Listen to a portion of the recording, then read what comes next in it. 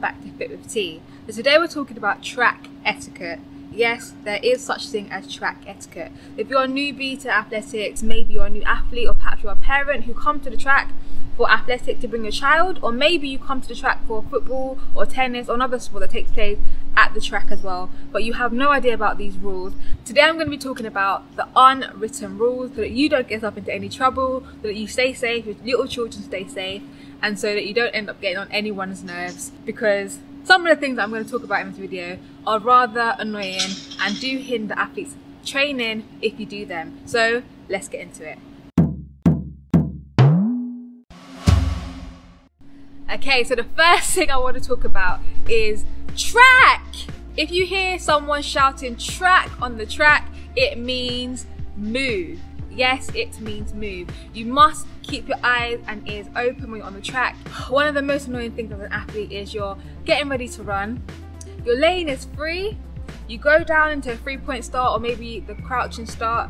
You put your head up again to check, only to see that there's somebody walking in your lane. Yes, it's a dangerous hazard, guys. I'm making light of it, but it is very, very dangerous. So the track is like a road. You have to look left, you need to look right.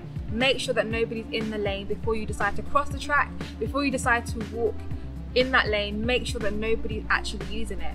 I myself have been injured because somebody ran into my lane when I was running. So when sprinters are running, especially as we get older, as we get stronger, as we get faster, it's harder for us to slow down. And so if you, as a parent, as a young athlete, if you allow your little children to run out into the track, it's very, very dangerous. So please keep them with you at all times. So the rule is basically look left, look right. If you hear someone shouting track, it means move. If you come to the track, like I said, to watch your child doing an athletic session or maybe a football session in the middle of the track, please do not use the inside lane to stroll, okay? The inside lane is not for strollers. If you're not actually using the track for jogging, if you're not actually using the track for an actual running session, just use the outside lane, or just don't walk at all. Just strolling on the inside lane means that athletes who are actually running have to go the long way around you. The inside lane is the shortest route for athletes, especially when they're training. There's nothing wrong with going for a stroll, but please be aware of other people. You're not the only people on the track that are athletes training, so please be aware of that. If you want to stroll, if you want to talk on your phone, please don't stop in the middle of the track. Don't stop in someone's lane. Don't use the inside lane, use the outside lane, or use the path around the track or the grass around the track. But please do not use the inside lane. Please do not stop in the middle of the track to have a conversation. So the next thing I want to talk about is cone, guys.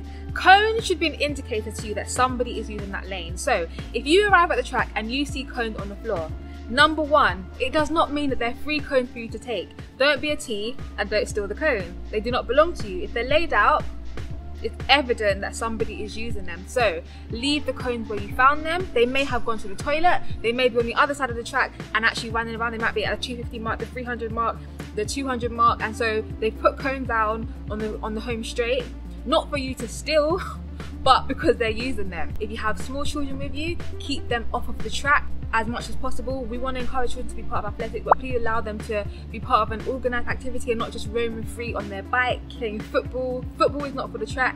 The track is for athletics. Making an athlete have to shout track when they're running takes so much energy. I don't think people understand this unless you're an athlete yourself. Unless you've been around in the sport for a while, you won't know that it takes a lot of energy, and that athlete may be on their last rep, that might be their last bit of energy, and to shout track at you because you couldn't be bothered to look is very, very frustrating. So please be aware, if there's cones in the lane, it means somebody is most likely using them. They're not free, and it's not a free lane for you to stand in. So imagine you're walking on a track and accidentally, because it does happen, you kick someone's cone by accident. What should you do?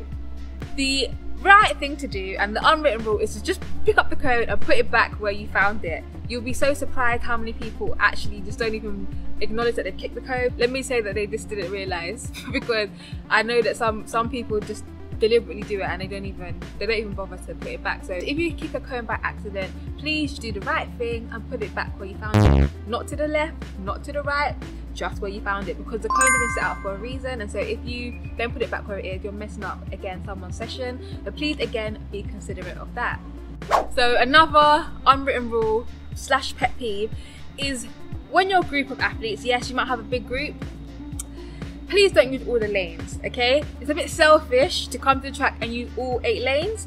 Like, it's just an unwritten rule that you just don't use all 8 lanes across. So maybe, yeah, you might be a big group, maybe use 2 or maximum 3 lanes, you know, to the side. Don't just take up all the lanes in the middle of the track. Don't use all the lanes because, like I said, you've got to keep the inside lane free for people that are running around the track minimum. And then obviously you need to leave at least 1 other lane for someone else to be able to use as well. You can't just use all 8 lanes. So please be considerate of other people. That's an unwritten rule. Just be considerate of other people, okay? The last thing I want to talk about is, if you see an athlete and you want to say hello to them but they're in the middle of their session, that might not be the right time to have a conversation with them.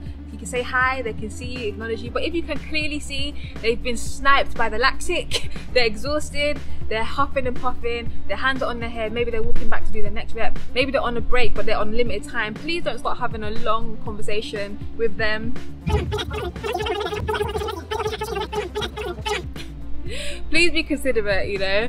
See them, say hi, and then when you catch them maybe after the session, then just you can have a longer conversation with them then. Or if they seem a bit short of you, just realise that that might be the reason that they may be actually exhausted, and that's why they can't have the long, nice, bubbly, friendly conversation with you, because right now they're in a lot of pain. So please be considerate of that. If you see an athlete, you're happy to see them, say hi, but if they're clearly in the middle of their session, leave them until when they've recovered or a bit later or another time even, and then you can have that nice conversation, catch up with them at a later date. So let me know in the comment section below, what are some other unwritten rules that I didn't mention in this video? What are some of your pet peeves if you are an athlete, coach, or if you're in track and field? Let me know in the comment section below, what are some of your own pet peeves? If you like this video, guys, please give it a big thumbs up to help me accelerate my channel. And if you are enjoying the content I'm making here on my channel, guys, please check out my Patreon, where you can support me for a small amount monthly, which just allows me to keep creating content like this for you guys. And if you're not subscribed, you know what to do. Subscribe now and hit that notification bell, and I will see you guys next Friday.